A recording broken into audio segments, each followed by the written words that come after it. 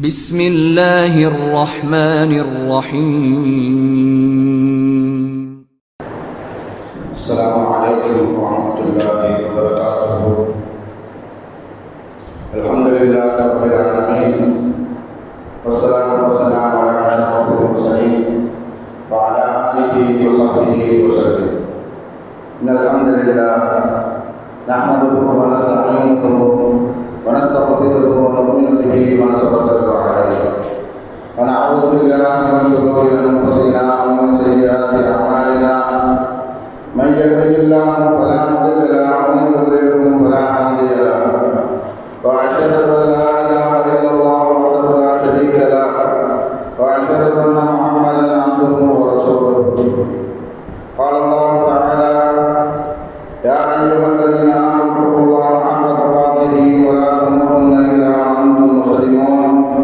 وقال تعالى أيضا: يا أيها الناس اتقوا ربكم الذي خلقكم من نفس واحدة وخلق منها زوجها وبث منهما رجالا كثيرا ونساء، واتقوا الله الذي تساءلون به والأرحام إن الله كان عليكم رقيبا. وقال تعالى أيضا: يا أيها الذين آمنوا اتقوا الله وقولوا قولا سديدا يصلح لكم أعمالكم ويغفر لكم ذنوبكم، ومن يطع الله ورسوله فقد فاز فوزا عظيما. صدق الله العلي العظيم. قال نبينا صلى الله عليه وسلم: فإن أصدق الحديث كتاب الله، وخير الهدي هدي محمد صلى الله عليه وسلم، وشر الأمور محدثاتها، وكل محدثة بدعة، وكل بدعة ضلالة، وكل ضلالة في النار.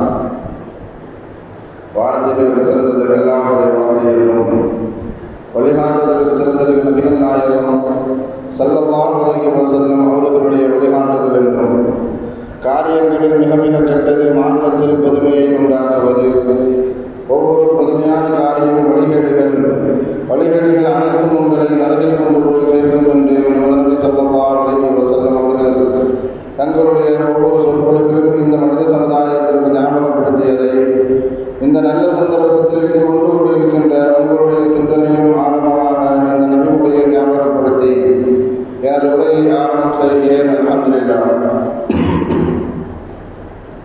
கண்ணியமானவர்களே, அல்லாஹ் நல்லடியார்களே, அல்லாஹ் தஆலா தன்னுடைய கலிமாவை தெரிவிப்பதற்காக இந்த உலகத்தில் எண்ணற்ற நபிமார்களையும் ரசூல்மார்களையும் அனுப்பி வைத்தார்.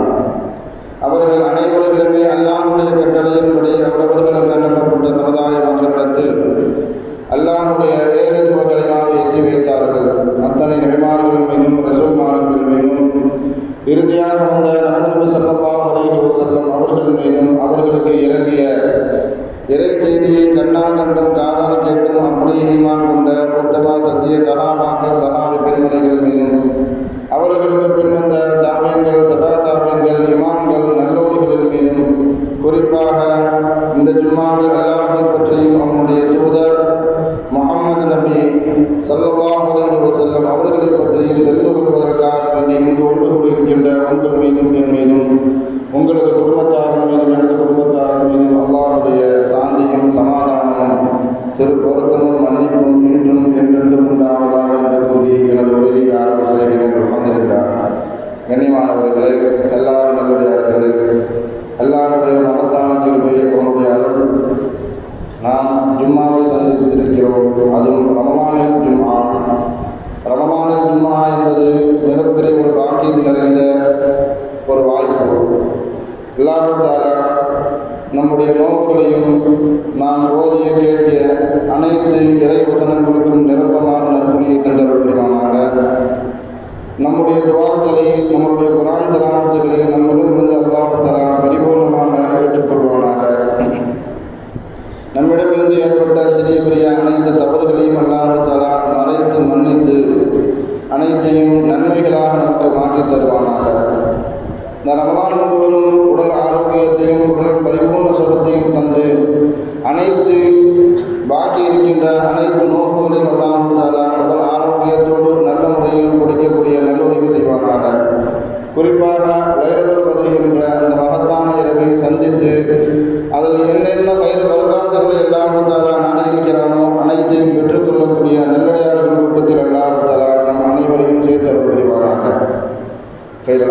அல்ஹம்துலில்லாஹ்.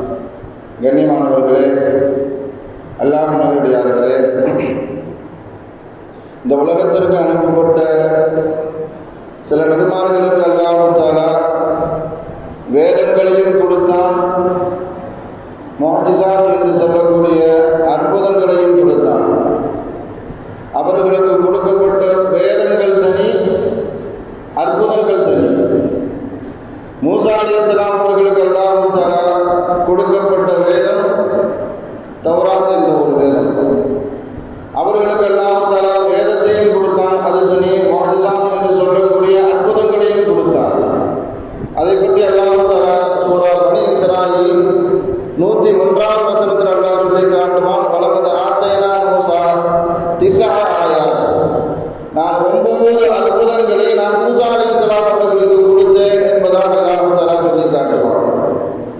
அவர்களுக்கு கொடுக்கப்பட்ட அற்புதங்களில் நமக்கெல்லாம் தெரிந்த பரிச்சயமான அற்புதம் என்று சொன்னால், அவர்கள் கையில் இருக்கக்கூடிய தடியை கீழே போட்டால் மிகப்பெரிய ஒரு பாம்பாக மாறும்.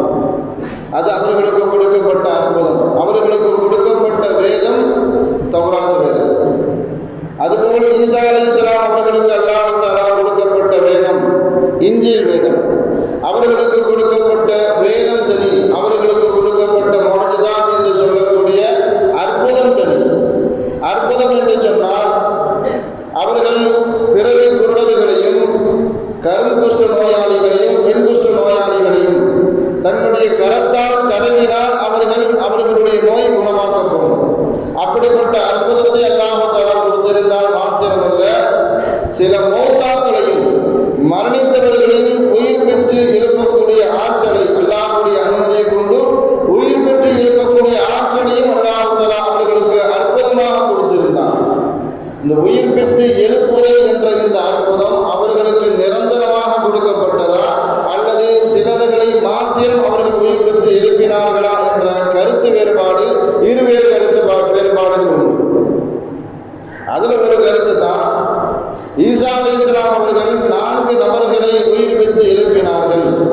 அதில் ஒருவர், முக்கியமான ஒருவர், பல ஆயிரம் ஆண்டுகளுக்கு முன்பாக மரணித்த நூஹ் அலைஹிஸ்ஸலாம் அவர்களுடைய மகன் ஷாம் இப்னு நூஹ் என்று சொல்லக்கூடிய அந்த மனிதரை ஈசா அலைஹிஸ்ஸலாம் அவர்கள் உயிர் பெற்று எழுப்பினார்கள் என்பதாக கருத்து அறிவிப்புகளில் சொல்லப்படும்.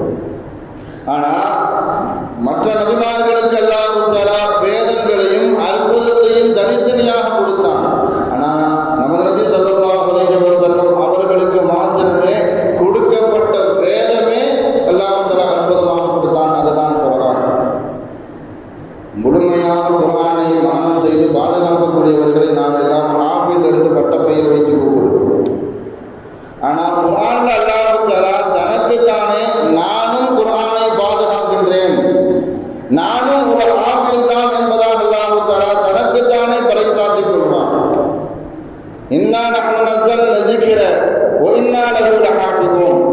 நானும் குர்ஆனை பாதுகாக்கின்றேன் என்பதாக அல்லாஹ் தஆலா ஹாஃபிஸ்களில் நானும் ஒருவன் தான் என்பதாக அல்லாஹ் தஆலா தன்னைத்தானே புகழாரம் சுட்டிக் கொள்வான். தௌராத் வேதம் என்பது அல்லாஹ்வுடைய வேதம், ஜபூர் வேதம் என்பது அல்லாஹ்வுடைய வேதம், இன்ஜீல் வேதம் என்பது அல்லாஹ்வுடைய வேதம். ஆனால் அதனுடைய கருத்துக்களும் எழுத்துக்களும் என்று மக்களிடத்தில் குழப்பத்தில் இருக்கிறதா அல்லது பாதுகாக்கப்பட்டு இருக்கிறதா என்று கேட்டால், உண்மையாக அதனுடைய கருத்துக்களும் எழுத்துக்களும் பாதுகாப்பாக இல்லை. காரணம், அதில் குர்ஆனில் பதியப்பட்ட ஒரு வாசகம் வைநாலகுல ஹாஃபிதூன் என்ற வார்த்தை, நானே பாதுகாப்பேன் என்ற வார்த்தை அந்த வேதங்களில் இல்லை. ஆனால் அல்லாஹ் தஆலா குர்ஆனுக்கு மாத்திரம் வைநாலகுல ஹாஃபிதூன், நானே பாதுகாப்பேன் என்பதாக அல்லாஹ் தஆலா சொல்லி காட்டுவான். குர்ஆனுடைய எழுத்துக்களையும் கருத்துக்களையும் அல்லாஹ் தஆலா எப்படி பாதுகாக்கிறான்னு சொன்னா, நபி ஸல்லல்லாஹு அலைஹி வஸல்லம் அவர்களுக்கு அபாரமான மரண சக்தியை கொடுத்திருந்தான். அபாரமான மரண சக்தி எந்த அளவுக்கு சொன்னா, அல்லாஹ் குர்ஆன்ல சொல்லி காட்டுவான், சனகுரிஉக ஃபலா தன்ஸா இல்லா மா ஷா அல்லாஹ். நபியே, இந்த குர்ஆனை நாம் தான் உனக்கு கற்றுக் கொடுத்தோம், நாமே அதை பாதுகாப்போம், நாம் நினைத்தாலே தவிர அதிலிருந்து உங்களுக்கு எதுவும் மறக்காது. அல்லாஹ் நினைத்தால் மாத்திரமே, அல்லாஹ்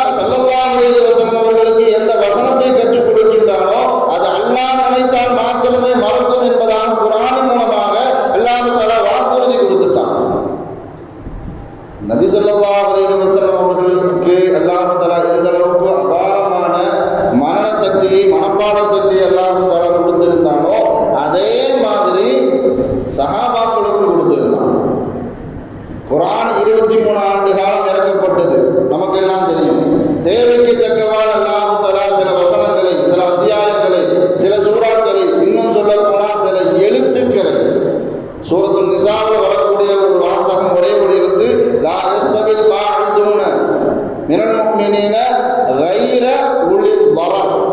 இந்த வாசகத்தை மாத்திரம் ஜிப்ரீல் அலைஹிஸ்ஸலாம் அவர்கள் கொண்டு வந்தார்கள், தேவைக்கு தக்கவாறு.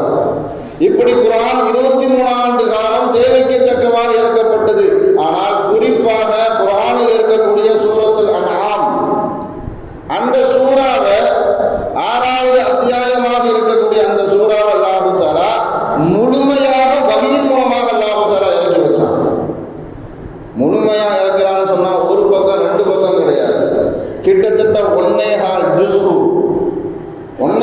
ஜுஸுவை அல்லாஹ் தஆலா முழுமையாக ஜிப்ரீல் அலைஹிஸ்ஸலாம் அவர்களின் மூலமாக ஒரு சூரா, ஒரு அத்தியாயத்தை முழுமையாக கிட்டத்தட்ட 165 வசனங்கள் ஜிப்ரீல் அலைஹிஸ்ஸலாம் அவர்கள் ஓதுகிறார்கள். அதை கேட்டுவிட்டு ஸல்லல்லாஹு அலைஹி வஸல்லம் அவர்களும் ஓதுகிறார்கள். அந்த அளவுக்கு அபாரமான மனசக்தி. ஸல்லல்லாஹு அலைஹி வஸல்லம் அவர்களுடைய பழக்கம், வஹி இறங்கிருச்சு அப்படின்னு சொன்னா சஹாபாக்களுக்கும் ஓதி காட்டுவாங்க. அப்படி சஹாபாக்களுடைய கூட்டத்தில் ஓதி காட்டும் பொழுது ஒரு சஹாபி எழுந்திருந்தார்கள், இப்னு மஸ்ஊத் ரலியல்லாஹு அன்ஹு, யா ரசூலல்லாஹ், அந்த சூராவை, அந்த அத்தியாயத்தை நான் ஓதட்டுமா என்று கேட்டுவிட்டு ஸல்லல்லாஹு அலைஹி வஸல்லம் அவர்கள் ஒரே ஒரு தடவை தான் ஓதினார்கள். ஜிப்ரீல் அலைஹிஸ்ஸலாம் எப்படி ஸல்லல்லாஹு அலைஹி வஸல்லம் அவர்களுக்கு ஒரு தடவை ஓதி காண்பித்தார்களோ, முழு சூராவையும் ஸல்லல்லாஹு அலைஹி வஸல்லம் அவர்கள் ஓதினார்கள், 1.25 ஜுஸுவை. அதே மாதிரி ஸல்லல்லாஹு அலைஹி வஸல்லம் அவர்கள் ஓதி முடித்த பிறகு இப்னு மஸ்ஊத் ரலியல்லாஹு அந்த 1.25 ஜுஸுவையும் 165 வசனங்களையும் இப்னு மஸ்ஊத் ரலியல்லாஹு ஓதி காண்பித்தார்கள். ஸல்லல்லாஹு அலைஹி வஸல்லம் அவர்களுக்கு அபாரமான மனசக்தி, சஹாபாக்களுக்கு அபாரமான மனசக்தி. இப்படி அல்லாஹ் தஆலா குர்ஆனை எழுத்துக்களை பாதுகாத்தார். குர்ஆனுக்கு சிறப்பு பெயர்கள் 55 பெயர் இருக்கு. குர்ஆன்லயே பெயர் 55 பெயர். குர்ஆன் அது ஒரு பெயர், ஃபுர்கான் அது ஒரு பெயர், கிதாப் அது ஒரு பெயர், ஹிதாயா ஒரு பெயர், ஸிக்ர் ஒரு பெயர், நூர் ஒரு பெயர், ரஹ்மத் ஒரு பெயர், ஃபாத்திஹா ஒரு பெயர். இப்படி கிட்டத்தட்ட 55 பெயர்கள் குர்ஆனுக்கு, குர்ஆன்லயே சிறப்பு வாய்ந்த பெயர்கள் 55 பெயர்கள் உண்டு. அந்த 55 பெயர்லயே ரொம்ப சிறப்பு வாய்ந்த பெயர்கள் சொன்னா 2 பெயர். இமாம்கள் கிதாபுகளை எழுதக்கூடிய முஃபஸ்ஸிர்கள் சொல்வார்கள். குறிப்பாக அல்லாமா சுயூத்தி ரஹ்மத்துல்லாஹ், குர்ஆன்ல 55 பெயர் சிறப்பு பெயர்கள் இருந்தாலும் அந்த 55 பெயர்ல சிறப்பு வாய்ந்த பெயர்கள் சொன்னா 2 பெயர். ஒன்னு குர்ஆன், 2வது கிதாப். ஏன் குர்ஆனும் கிதாபும் அந்த 55 பெயர்ல சிறப்பு வாய்ந்த பெயர்கள் என்று சொன்னால், கிதாப் என்றால் எழுதப்பட்டது, குர்ஆன் என்றால் ஓதி பார்க்கப்பட்டது. அல்லாஹ் தஆலா எழுத்தின் மூலமாக குர்ஆனை பாதுகாக்கின்றான். ஓதி பார்ப்பதன் மூலமாக கருத்துக்கள், எழுத்துக்களை அல்லாஹ் தஆலா பாதுகாக்கின்றான். ஹாஃபிதுகள் ஓதி குர்ஆனுடைய எழுத்துக்களை பாதுகாக்கின்றார்கள். உலமாக்கள் அதனை எழுதி அதனுடைய கருத்துக்களை பாதுகாக்கின்றார்கள். இதன் காரணத்தினால்தான் அந்த 55 பெயர்ல குர்ஆனுக்கும் கிதாபுக்கும் சிறப்பு வாய்ந்த அந்த 55 பெயர்ல இந்த 2 பெயர் தான் சிறப்பு வாய்ந்த பெயர் என்பதாக முஃபஸ்ஸிர்கள் எழுதுவார்கள். உஸ்மான் ரலியல்லாஹு தஆலா அவர்களுடைய ஆட்சி காலகட்டத்தில் குர்ஆன் கொண்டு சேர்க்கக்கூடிய பணி மும்முரமாக நடந்து கொண்டிருந்தது. அப்படி நடந்து கொண்டு இருக்கும் பொழுது உஸ்மான் ரலியல்லாஹு தன்னுடைய பிரஜைகளுக்கு, அந்த மக்களுக்கு உஸ்மான் ரலியல்லாஹு கட்டளையிட்டார்கள், உங்களிடத்தில் இருக்கக்கூடிய இறை வசனங்கள், குர்ஆன் வசனங்கள் ஏதாவது இருந்தால் வந்து கொண்டு தாருங்கள் என்பதாக கொண்டு சொன்னார்கள், கட்டளையிட்டார்கள். இந்த கட்டளை கேட்டுட்டு ஒரு மனிதருக்கு மிகப்பெரிய ஒட்டகத்தினுடைய கால் எலும்பு தூக்கி வந்தார், 2 பேர் சேர்ந்து. அதில் சொன்னாங்க, ஹலீஃபா அவர்களே, இது காஷியாவினுடைய சூரத்தில் காஷியாவினுடைய சில வசனங்கள் இதில் எழுதப்பட்டிருக்கிறது. ஒட்டகத்தினுடைய காலில் எழுதப்பட்ட வசனங்கள், அஃபலா யன்துரூன இலல் இப்லி கைஃப குலிகத் வ இலஸ் ஸமாஇ கைஃப ருஃபிஅத் வ இலல் ஜிபாலி கைஃப நுஸிபத் போன்ற வசனங்கள் ஒட்டகத்தினுடைய கால் எலும்புகளில் எழுதப்பட்டதை 2 சஹாபிகள் சேர்ந்து கொண்டு வந்து கொடுத்தாங்க. இதுல ராஷியாவுடைய சில குர்ஆன் வசனங்கள் இருக்கிறது என்பதாக. இப்படியெல்லாம் குர்ஆனுடைய எழுத்துக்களையும் கருத்துக்களையும் அல்லாஹ் தஆலா எப்படி பாதுகாக்கிறான்.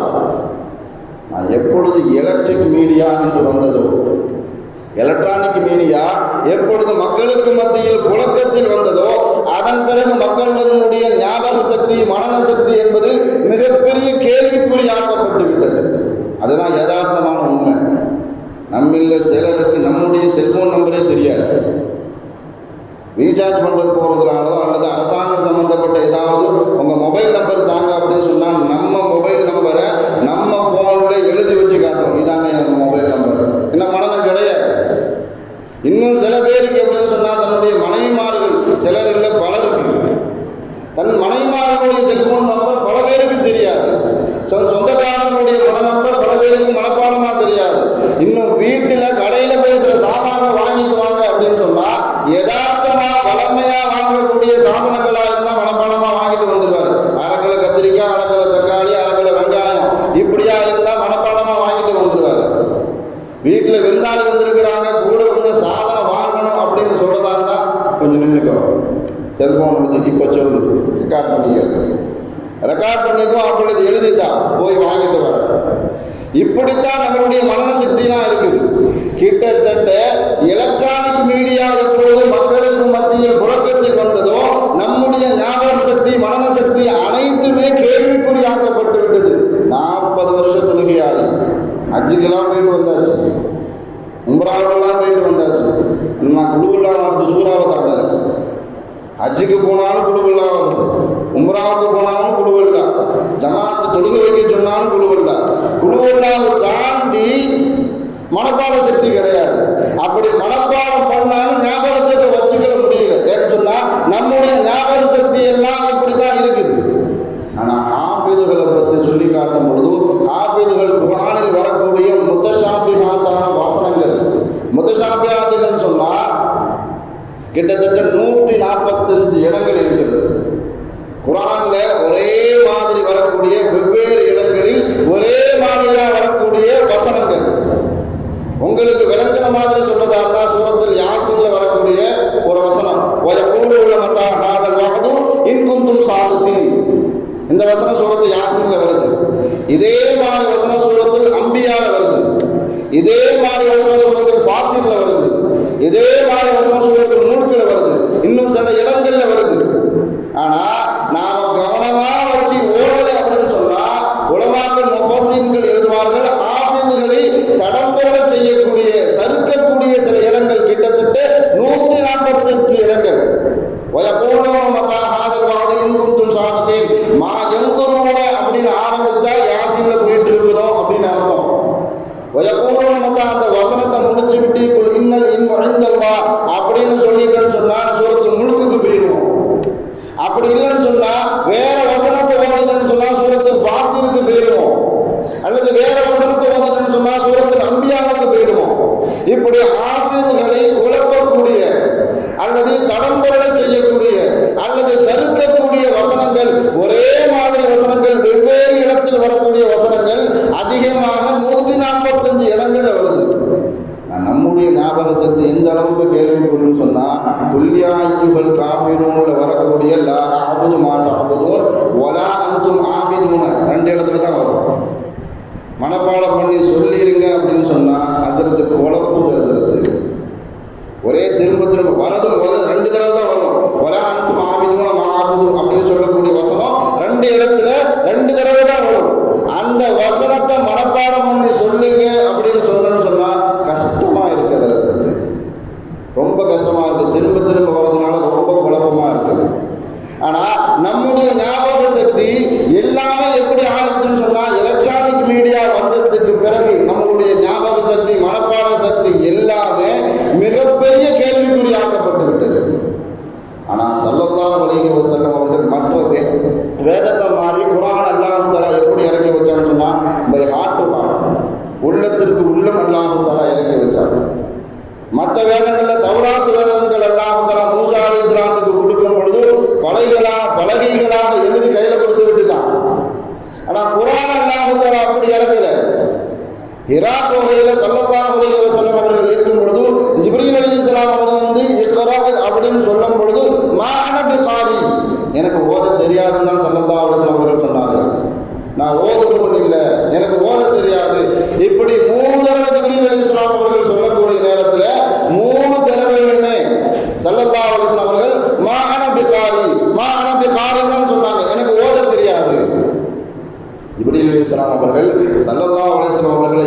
இறுக்க அணைத்து கட்டி பிடிச்சு அதுக்கப்புறம் விட்டதுக்கு அப்புறம் ஓத ஆரம்பிச்சாங்க. இதுதான் போய் மாட்டுவாங்க. ஸல்லல்லாஹு அலைஹி வஸல்லம் அவர்களுக்கு குர்ஆனுடைய வசனங்கள் இப்படித்தான் இறக்கப்பட்டது. அதன் பிறகுதான் ஸல்லல்லாஹு அலைஹி வஸல்லம் அவர்கள் மனப்பாடம் செய்யக்கூடிய எந்த வசனங்களையும், எந்த அத்தியாயங்களையும், எந்த எழுத்துக்களையும் மாற்றமாக ஓதுனதில்லை, மறந்ததும் கிடையாது. இப்படித்தான் அல்லாஹ் தஆலா குர்ஆனை பாதுகாத்தான். நாம் முந்தின வேதங்களை படித்தவர்கள் எத்தனை பேர் அப்படின்னு பார்க்கும் பொழுது தௌராத் வேதத்தை படித்தவர்கள் வெறும் 4 பேர் தான். முழுமையாக தெரிந்தவர்கள், முழுமையாக மனப்பாடம் செய்தவர்கள், தௌராத் வேதத்தை படித்தவர்கள் வெறும் 4 பேர் தான் செஞ்சிருக்கிறாங்க. மூசா அலைஹிஸ்ஸலாம், ஹாரூன் அலைஹிஸ்ஸலாம், யூஷா அலைஹிஸ்ஸலாம், உஸைர் அலைஹிஸ்ஸலாம். 4 பேருமே நபிமார்கள் தான். பொதுமக்கள் யாருமே என்ன செய்யல, பொதுமக்கள் யாருமே மனப்பாடம் செய்யல. அதே மாதிரி ஜபூர், தாவூத் அலைஹிஸ்ஸலாம் அவர்களை தவிர்த்து யாரும் மனப்பாடம் செய்யல. இன்ஜீல், முதல்ல இன்ஜீலே கிடையாது. பைபிள் வேதத்தை கிட்டத்தட்ட 16,000 தடவை திருத்தி இருக்கிறான். பைபிள் வேதத்தை கிட்டத்தட்ட 16,000 தடவை திருத்தப்பட்டு இருக்கிறது. அதனுடைய கருத்துக்களும் எழுத்துக்களும் மாற்றப்பட்டு இருக்கிறது. ஆனா அல்லாஹ் தஆலா குர்ஆனை பற்றி சொல்லி காட்டும் பொழுது இன்னா நஹ்னு நஸல்னா ذிக்ர வ இன்னா லஹு லஹாஃபிதுன், நான் குர்ஆனை பாதுகாக்கக்கூடிய பொறுப்பை நான் எடுத்துக்கொண்டேன் என்பதாக அல்லாஹ் சொல்லி காட்டுவான். ஆனா குர்ஆனை மனப்பாடம் செய்தவர்கள் சொல்லி எண்ணிக்கையில் இருக்கும் பொழுது 100 கணக்கில் கிடையாது, 1000 கணக்கில் கிடையாது, லட்சக்கணக்கில் கிடையாது, கிட்டத்தட்ட கோடி கணக்கில் இருக்கிறார்கள். வயது வரம்பும் கிடையாது, ஆணோ பெண்ணோலாம் கிடையாது. ஆண்களும் மனப்பாடம் செய்திருக்கிறார்கள், பெண்களும் மனப்பாடம் செய்திருக்கிறார்கள், சின்ன பையனும் மனப்பாடம் செய்திருக்கிறார், வயது முறிந்தவர்களும் மனப்பாடம் செய்திருக்கிறார்கள், இன்னும் கண் பார்வை உள்ளவர்களும் மனப்பாடம் செய்திருக்கிறார்கள், கண் பார்வை தெரியாதவர்களும் குர்ஆனை மனப்பாடம் செய்த ஆண்கள், இன்னும் சொல்ல போனா முஸ்லிம் அல்லாதவர்களும் மனப்பாடம் செய்திருக்கிறார்கள். யூதர்கள் எல்லாம் குர்ஆனில் ஏதாவது தப்பு கண்டுபிடிக்க முடியுமா அப்படின்னு நினைச்சு மனப்பாடம் செய்து ஆராய்ந்து செஞ்சு அவர்களுடைய இறுதி முடிவு முஸ்லிம் ஆயிடும். இதுதான் அவர்களுடைய இறுதி முடிவு. குர்ஆனை பார்க்காமலேயே மனப்பாடம் செய்திருக்கிறார்கள். ரஷ்யாவில் கிட்டத்தட்ட கம்யூனிச புரட்சி ஏற்பட்டு இருக்கக்கூடிய சமயத்தில் வெளிநாட்டு இன்ஜினியர் அங்க ஒரு வேலைக்காக போயிருக்கிறார். முஸ்லிமான ஒரு இன்ஜினியர் ரஷ்யாவில் கம்யூனிச புரட்சி நடந்து கொண்டிருக்கும் பொழுது அங்க ஒரு வேலை நிமித்தமாக போயிருக்கும் பொழுதும் அவர் போயிருக்க சமயம் ஜும்மாவுடைய நாள். அந்த நாள்ல அங்க போய் அங்க இருக்கக்கூடிய மக்கள்ல பள்ளிவாசல் எங்க இருக்குது, ஜும்மா தொழணும் அப்படின்னு விசாரிக்கிறார். அங்க இருக்கக்கூடிய மக்கள் சொன்னாங்க, இங்க தொழுவதற்கு தடை, பள்ளிவாசலுக்கு போவதற்கு தடை, பள்ளிவாசல் கட்டுவதற்கு தடை, ஜமாத்தாக தொழு வைப்பதற்கு தடை. நீங்க நினைக்கிற மாதிரி பள்ளிவாசல்ல போய் எல்லா பள்ளிவாசலும் தொழுகை நடக்காது. அப்படியே நடந்தாலும் ஜும்மா தொழ முடியுமா அப்படிங்கிற சந்தேகம் தான். அதனால ஜும்மா தொழுகக்கூடிய வாய்ப்பு கிடையாது என்பதாக சுற்றி இருக்கக்கூடிய மக்கள் சொன்ன உடனே ஒரு வீட்டில் போய் ஜும்மா அங்க என்ன செய்யறாங்க, தொழுகிறார், தொழு முடிச்சதுக்கு அப்புறம் அந்த குடும்பத்தாரிடம் இருக்கக்கூடிய சின்ன பிள்ளைகள்கிட்ட அந்த இன்ஜினியர் கேட்கிறார், குர்ஆன் ஓத தெரியுமா அப்படின்னு. அந்த பிள்ளைங்கள்லாம் ஆர்வமாக சொல்றாங்க, எங்களுக்கு குர்ஆன் ஓத தெரியும், எங்க ஓதுங்க அப்படின்னு சொல்லி ஒரு குர்ஆனுடைய பிரதியை எடுத்து, ஒரு குர்ஆன் எடுத்து கையில கொடுத்து ஓத சொல்றாங்க. அந்த பிள்ளைங்களுக்கு ஓத தெரியல. குர்ஆன் ஓத தெரியும்னு சொன்னீங்களே, கையில கொடுத்தா ஓத தெரியலையே. ஒரு பக்கத்தை எடுத்து ஓத சொன்னா அந்த பிள்ளைங்களுக்கு பார்த்து ஓத தெரியல. இந்த இன்ஜினியர் எடுத்து ஓத ஆரம்பிக்கிறார். குர்ஆன்ல இருந்து ஒரு பக்கத்துல ஒரு வசனத்தை ஒரு ஆயத்தை ஓத ஆரம்பிக்கும் பொழுது பின்னாடியே அந்த குழந்தைகள் ஓத ஆரம்பித்து விட்டது. அவருக்கு ஒரே ஆச்சரியம், என்ன நடக்குது? பார்த்து ஓத சொன்னா அந்த பிள்ளைங்களுக்கு ஓத தெரியல. ஆனா நான் ஒரு வசனத்தை எடுத்து ஓத ஆரம்பிச்ச உடனே என் பின்னாடியே சேர்ந்து ஓதுகிறார்களே என்று கேட்கும் பொழுது கம்யூனிச புரட்சியில குர்ஆன் வைத்திருப்பதற்கு தடை, குர்ஆனை கற்றுக் கொடுப்பதற்கு தடை, குர்ஆன் ஓதுவதற்கு தடை. அந்த அளவுக்கு ரஷ்யாவில் இந்த அளவுக்கு கம்யூனிச புரட்சியில் அராஜகமாக இருந்தார்கள். ஆனா அங்கு இருக்கக்கூடிய சில ஆளுங்கள், உலமாக்கள், ஆஃபிதுகள் மற்ற வேலைகளை, விவசாயம் செய்து மற்ற வேலைகளை பார்த்துக் கொண்டு சும்மா இருக்கக்கூடிய நேரத்தில் இந்த குழந்தைகளுக்கு பார்க்காமல் ஓதுவதற்கு கற்றுக் கொடுத்தார்கள். குர்ஆன் அவர்களிடத்திலும் இல்லை, இவங்க பார்க்காம ஓதுறதுக்கு கற்றுக் கொடுத்தாங்க. அப்படியே கற்றுக் கொடுத்து இந்த பிள்ளைகள் மனனம் செய்ய முதல்ல குர்ஆனுடைய பிரதி அப்பதான் அந்த குழந்தைகள் பார்க்கிறார்கள், இதுதான் குர்ஆனான்னு சொல்லுது. அந்த மாதிரி இந்த சமூகத்தை பொறுத்த வரைக்கும் ஆபிதுகள் என்று எடுத்துக்கொண்டால் வயது வரம்பு கிடையாது, ஆண் பெண் கிடையாது. முஸ்லீம் அல்லாதவர்களும் குர்ஆனை மனப்பாடம் செய்திருக்கிறார்கள். மாத்திரமல்ல, கண் தெரிந்தவர்களும் கண் தெரியாதவர்களும் குர்ஆனை பார்த்தவர்களும் குர்ஆனை பார்க்காதவர்களும் மனப்பாடம் செய்திருக்கிறார்கள். அந்த அளவுக்கு அல்லாஹ் தஆலா ஹிஃபுல் குர்ஆனை கோடி கணக்கில் வச்சிருக்கிறார். ஒரு ஆள் ஒரு குர்ஆன் வசனத்துல தப்பு விட்டாலோ, எழுத்துல தப்பு விட்டாலோ, கருத்துல தப்பு விட்டாலோ அதை உடனே திருத்திக் கொள்ளக்கூடிய அளவுக்கு இந்த சமூகத்தில் ஹாஃபிஸ்கள் கோடி கணக்கில் இருக்கிறாங்க. காத்தியானி ஒரு குர்ஆனை வெளியிட்டான். காத்தியானி என்ன செஞ்சான்னு சொன்னா ஒரு குர்ஆனை வெளியிட்டான். அந்த குர்ஆன்ல சில வசனங்களை காணோம், வேணுமென்றே தூக்கி விட்டார்கள். சூரத்து தௌபாவுடைய கடைசி வசனத்தை காணோம், லகத் ஜாஅக்கும் ரசூலும் மின் அன்ஃபுசிக்கும், அந்த வசனத்தை காணோம். சூரத்து ஃபத்ஹுடைய கடைசி வசனம் முஹம்மதுர் ரசூலுல்லாஹ் வல்லதீன மஅஹு அஷ்தாஹு, அந்த வசனத்தை காணோம். சூரத்துல் கௌசர் இன்னா அஅதைனாகல் கௌசர், அந்த வசனத்தையும் காணோம். இப்படி ஸல்லல்லாஹு அலைஹி வஸல்லம் அவர்களுடைய மகத்துவத்தை, அகமியத்தை, சிறப்பை கூறக்கூடிய வசனங்கள் அனைத்தையும் காத்தியானிகள் தங்களால் உருவாக்கப்பட்ட எழுதப்பட்ட குர்ஆனில் இருந்து அந்த வசனங்களை தூக்கிவிட்டார்கள். அவர்கள் வெளியிட்ட மறுநாளே அவர்களுக்கு லெட்டர் போகுது, இது குர்ஆனே இல்லை. எப்படி தௌராத் வேதத்தில் கையாளல் பண்ணினார்களோ, இஞ்சியில் கையாளல் பண்ணினார்களோ, அதே மாதிரி அதுல கண்டுபிடிக்க முடியல. ஆனா குர்ஆனில் யாராவது ஒரு ஹர்ஃபை மாத்திரமல்ல, ஒரு ஹரக்கத் ஜபர் சேர மாற்ற நினைத்தாலோ அல்லது ஒரு புள்ளியை மாற்ற நினைத்தால் கூட இந்த உம்மத்தில் இருக்கக்கூடிய, இந்த சமூகத்தில் இருக்கக்கூடிய ஹாஃபிஸ்கள் உடனே தப்பு கண்டுபிடிச்சு என்ன செஞ்சிருவாங்கன்னு சொன்னா தவறை திருத்தி விடுவார்கள். இந்த சமூகத்தில் குர்ஆனை தலைகீழாக ஓதக்கூடிய ஹாஃபிஸ்கள்லாம் உண்டு. சமீபத்தில் கூட காயப்பட்டத்தில் பட்டம் ஹாஃபிஸ்களுக்கு பட்டம் கொடுக்கப்பட்டது. குர்ஆனை உண்மையாக மனப்பாடம் செய்தவர்களுக்கு ஹாஃபிஸ் பட்டம் கொடுக்கப்பட்டது. அதில் ஒரு பையன் குர்ஆன்ல எந்த பக்கத்தில் எந்த அத்தியாயத்திலிருந்து கேட்டாலும் கீழே இருக்கக்கூடிய வசனத்தை கேட்டா அப்படி மேல்வாக ஓதிக்கிட்டே போவான். குர்ஆனை தலைகீழா ஓதுது. உதாரணத்துக்கு சொல்ல போறாங்க, இன்னா அஅதைனாகல் கௌசர் ஃபஸல்லி லிரப்பிக வன்ஹர் இன்ன ஷானியக ஹுவல் அப்தர். அந்த பையனை ஓத சொன்னா இன்ன ஷானியக ஹுவல் அப்தர் ஃபஸல்லி லிரப்பிக வன்ஹர் இன்னா அஅதைனாகல் கௌசர். இப்படி தலைகீழாக குர்ஆனை கீழிருந்து மேலாக ஓதக்கூடிய ஆஃபிஸ்களும் இந்த சமூகத்தில் உண்டு. அந்த அளவுக்கு அல்லாஹ் தஆலா குர்ஆனை அதனுடைய எழுத்துக்களையும் அதனுடைய கருத்துக்களையும் ஹாஃபிஸ்களை கொண்டு எழுத்துக்களை பாதுகாக்கின்றார், உலமாக்களை கொண்டு அதனுடைய கருத்துக்களை அல்லாஹ் தஆலா பாதுகாக்கின்றார். அப்பாசிய கலீஃபாவில் ஒருவர் ஹாரூன் ரஷீத் பாதுஷா ரஹ்மத்துல்லாஹி அலைஹி, அவர்களுடைய மகன் மாமூன் ரஷீத், அவரும் ஒரு நேர்மையான கலீஃபா தான். தன்னுடைய சகாக்களோடு ஒரு சபைக்கு ஒரு கூட்டத்துக்கு போறார். அங்கே சில பேர் உட்கார்ந்து எழுதிக்கிட்டு இருக்கிறாங்க, எதோ எழுதிக்கிட்டு இருக்கிறாங்க. அப்படி எழுதிக்கிட்டு இருக்கக்கூடிய ஒரு மனிதரை பார்க்கும் பொழுது அவருடைய எழுத்து மாத்திரம் பிரிண்டெடுத்த மாதிரி, அச்சடித்த மாதிரி அப்படி அழகா இருந்துச்சு. அந்த மனிதரை கூப்பிட்டு விசாரிக்கிறார், யாரு அப்படின்னு கேட்கும் பொழுது அவன் யகூதியா இருந்தாலும் மாமூன் ரஷீத் பாதுஷா சொல்றாங்க, நீ எங்களிடத்துல அசிஸ்டண்டா வந்து என்னுடைய பர்சனல் செக்ரட்டரி, எனக்கு வரக்கூடிய எல்லா விஷயங்களையும் நீ தான் எழுத்தின் மூலமாக மற்றவர்களுக்கு அனுப்ப வேண்டும். உன் கையெழுத்து அழகா இருக்குது, அதனால எனக்கு பர்சனலா வந்துரு அப்படின்னு கேட்கும் பொழுது ராஜ வாழ்க்கை, ஜனாதிபதியே வந்து ஆஃபர் கொடுக்கிறார், வேலை கொடுக்கிறார், என்கிட்ட வேலைக்கு வந்துரு, உனக்கு தேவையான எல்லா வசதிகளையும் நான் செய்து கொடுக்கிறேன் என்பதாக மாமூன் ரஷீத் பாதுஷா அந்த யகூதி இடத்துல கேட்கும் பொழுது வேண்டாம் மறுத்துட்டான், என்னால முடியாது.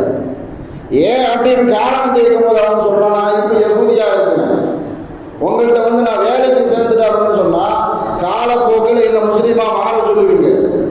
நான் யகூதியா இருப்பது தான் எனக்கு பிடித்திருக்கிறது, முஸ்லீமாக மாறுவதற்கு எனக்கு விருப்பம் இல்லை, அதனால உங்கள்கிட்ட வேலை செய்வதற்கு எனக்கு விருப்பம் இல்லை அப்படின்னு வருத்தறான்.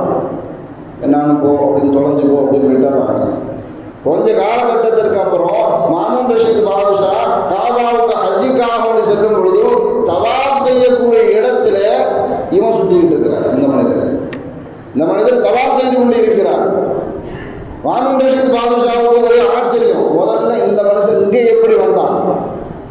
என்ன மக்காவுக்குள்ள நுழையிறதா இருந்தால் முஸ்லீமா இருக்கணும். மாற்று மதத்தவர்களுக்கு, காஃபிர்களுக்கு, குஃப்ரானவர்களுக்கு, முஷ்ரிக்கீன்களுக்கு காபால அதுவும் தவாப் செய்யக்கூடிய இடத்துல அனுமதி கிடையாது. இவன் எப்படி உள்ள வந்தான் என்பதாக கூப்பிட்டு விசாரிக்கும் பொழுதுதான் அந்த யஹூதி முஸ்லீமாக ஆகியிருந்தார். நான் எப்படி முஸ்லீமாக இருந்தேன் அப்படின்னு அந்த யஹூதியே சொன்னார்.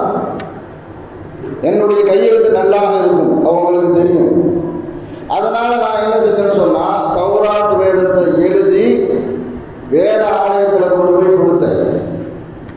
நான் கொடுக்கறதுக்கு முன்னாடி தௌராத் வேதத்தில் உள்ள சில வசனங்களை நான் நீக்கிவிட்டு என்னுடைய கருத்துக்களை சேர்த்து எழுதி கொண்டு போய் கொடுத்தேன். கொடுத்தவங்க ஆகா ஓகம் பாராட்டி, உன் கையெழுத்து அப்படி இருக்குது இப்படி இருக்குது அப்படின்னு பாராட்டி என்னை அனுப்பி வச்சுட்டாங்க. இதே மாதிரி இஞ்சில் வேதத்தையும் என்னுடைய கைப்பட எழுதின இஞ்சில் வேதத்தை கொண்டு போய் அவர்களை சோதிப்பதற்காக வேண்டிய இஞ்சில் வேதத்தில் உள்ள சில வசனங்களை நீக்கிவிட்டு என்னுடைய சொந்த கருத்தை, சொந்த சரக்கை உள்ள எழுதி வச்சு நான் கொண்டு போய் கொடுத்தேன். எப்படி தௌராத் வேதத்தை எழுதினத்திற்கு என்னை பாராட்டினார்களோ அதே மாதிரி கிறிஸ்தவ தேவாலயத்திலையும் என்னை கூப்பிட்டு பாராட்டி பரிசெல்லாம் தந்து அனுப்புறாங்க. அதே மாதிரி குரானையும் என்னுடைய கைப்பட எழுதி கொண்டு போய் கொடுத்துட்டேன். சாயங்காலம் வீட்டுக்கு கூப்பிட்டு ஆள் அனுப்பிட்டாங்க. கொண்டு போய் கொடுத்தேன். சாயங்காலம் என் வீட்டுக்கு ஆள் வந்துட்டு உன்னை கூப்பிடுறாங்க அப்படின்னு சொல்லி கொண்டு போய் நின்ன உடனே என் மூஞ்சில் அதை தூக்கி எரிஞ்சிட்டாங்க. நீ எழுதின குரானே இல்லை அப்படின்னு. தௌராத்தில் என்ன பித்தலாட்டம் செய்தேனோ, இஞ்சியில் என்ன பித்தலாட்டம் செய்தேனோ அதே மாதிரி குரானிலும் சில வசனங்களை நீக்கிவிட்டு என்னுடைய சுய கருத்தை எழுதினேன். என்னுடைய முகத்தில் தூக்கி எழுதிட்டாங்க. இது குரான் கிடையாது, ஒரு சேட்டை பண்ணி வச்சிருக்கிறது. இந்த சேட்டனா எங்கள் ஆய்வுப்படாது என்பதாக கூட்டி என்னை திட்டி அனுப்பிவிட்டார்கள். அப்ப நான் உணர்ந்த இதுதான் உண்மையான வேதம் என்பதை நான் உணர்ந்து முஸ்லீமாகிவிட்டேன். ஏன்னு சொன்னா அல்லாஹ் பாதுகாக்கக்கூடிய பொறுப்பு அல்லாஹ் எடுத்திருக்கிறார். நானும் ஹாஃபிஸ், நானும் இந்த குர்ஆனை பாதுகாப்பேன் என்பதாக உத்தரவாதத்தை தௌராத்தில் அல்லாஹ் தஆலா சொல்லல, ஜபூருக்கு அல்லாஹ் தஆலா சொல்லல, இன்ஜீலுக்கு சொல்லல. ஆனா குர்ஆனுக்கு சொன்னார். கியாமத் வரைக்கும் இதுல எந்த அரசாங்கம் வந்தாலும் சரி, எந்த மேதாவிகள் வந்தாலும் சரி, எந்த அராஜகம் செய்யக்கூடிய அரசர்கள் வந்தாலும் சரி, குர்ஆனில் இருந்து ஒரு அருஃப, ஒரு ஹரக்கத்தை கூட மாற்ற முடியாது. நான் உணர்ந்து நான் முஸ்லீமாகிவிட்டேன். நீங்க ஆரம்பத்தில் எங்க பர்சனல் செக்ரட்டரிக்காக வேண்டி அழைத்தீர்கள். காவலால் வேலை இருந்தா கூட சொல்லுங்க, நான் வந்து பார்க்கிறேன்னு சொன்னார்.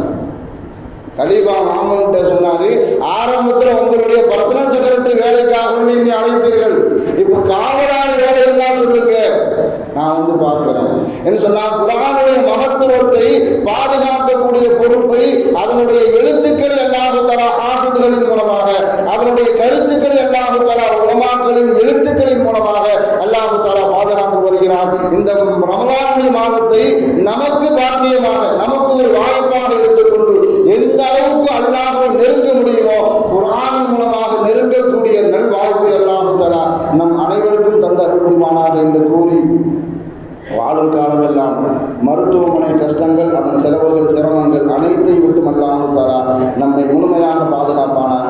வாழும் காலமெல்லாம் நோய் நொடிகள் இல்லாமல் உடல் ஆரோக்கியத்தோடு மன நிறைவோடு இன்பத்தோடு அல்லாஹ்வை நின்று வணங்கி வழிபட்டு வாழும் நசீபை இல்லாமல் அல்லாஹ் உங்களுக்கும் எனக்கும் நம்மை ஈன்றெடுத்த தாய் தந்தையர்களுக்கும் நம் மனைவி மக்கள் உற்றார் உறவினர் யாவருக்கும் கொடுத்து அருள் புரிவானாக என்று கூறி எனது வார்த்தையை நிவர்த்தி செய்கிறேன். வாக்குறுதான அல்ஹம்துலில்லாஹி ரப்பில் ஆலமீன்.